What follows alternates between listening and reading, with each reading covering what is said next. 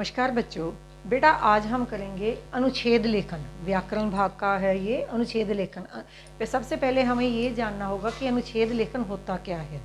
अनुच्छेद आपस में एक दूसरे से संबंधित वाक्यों का समूह जिसमें किसी बड़े विषय के किसी एक भाग या उपभाग को वर्णन करते हैं उसे हम अनुच्छेद कहते हैं।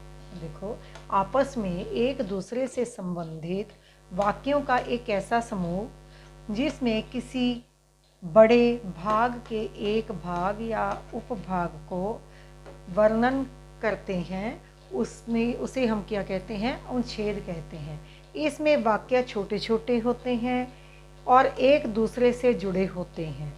जैसे निबंध जब हम लिखते हैं उसमें भूमिका होती है, विस्तार होता है और उसके बाद उपसंहार होता है। ऐसे अनुच्छेद में नहीं होता।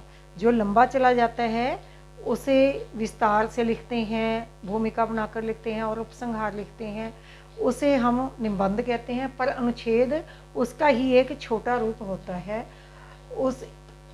इसमें वाक्य छोटे छोटे एक दूसरे से जुड़े होते हैं और यह 100 शब्दों तक ही होता है।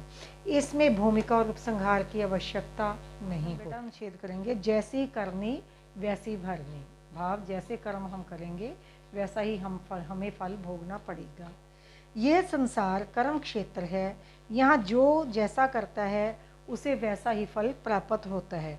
अच्छा कार्य करके व्यक्ति अच्छा फल भोगता है और बुरा काम करके व्यक्ति अवश्य ही दंड भोगता है। कई बार ऐसा भी देखने को आता है कि अच्छे कर्म वाले व्यक्ति कष्ट भोगते हैं और बुरे कर्म वाले व्यक्ति फल फूल रहे हैं। पर यह स्थिति अधिक देर तक नहीं चलती।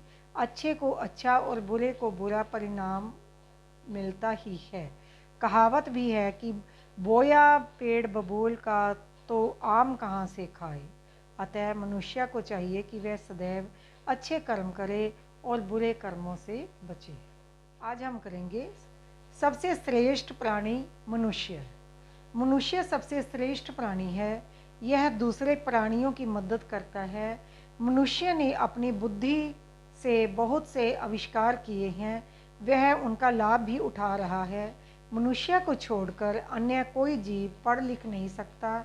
इसलिए शिक्षा हमारे लिए वरदान है। हमें खूब मन लगाकर पढ़ना चाहिए और हम दूसरे प्राणियों की मदद करनी चाहिए। दूसरे जीव जंतुओं को सताना नहीं चाहिए। पशु पक्षी पेड़ पौधे सभी हमारे दोस्त हैं।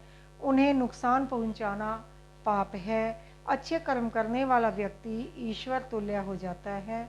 उन्हें समाज में मान सम्मान भी प्राप्त होता है।